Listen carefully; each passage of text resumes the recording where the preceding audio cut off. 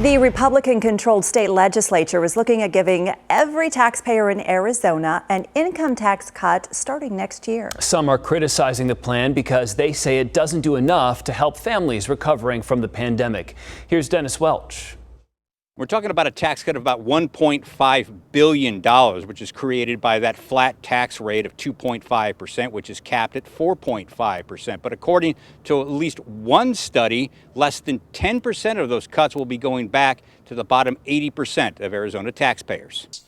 So I can't think of a more short-sighted proposal at a more inappropriate time. David Lujan warning of the flat tax proposal, citing a recent study that shows 91% of the savings will be going back to the richest 20% of Arizonans.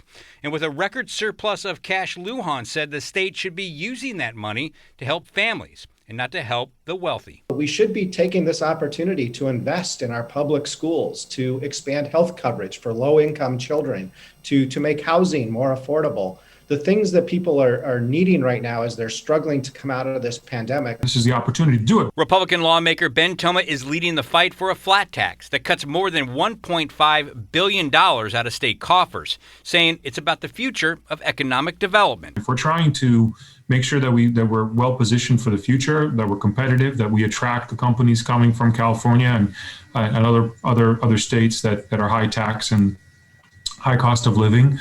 We don't want them to simply fly over. We want them to seriously consider Arizona. Toma doesn't dispute that the bulk of the money goes to the wealthy. And when asked about that, he explained. There's an old adage someone told me, and I forget who, otherwise I'd give them credit, but I've never been hired by a poor man, was the adage given. And the idea there being, without being too tongue-in-cheek, is that this is really more about incenting economic growth. The governor and Republican leaders down at the Capitol have signed off on this plan, but they still need to get enough votes to pass this as part of the $12 billion state spending plan. In Phoenix, Dennis Welch, Arizona's Family.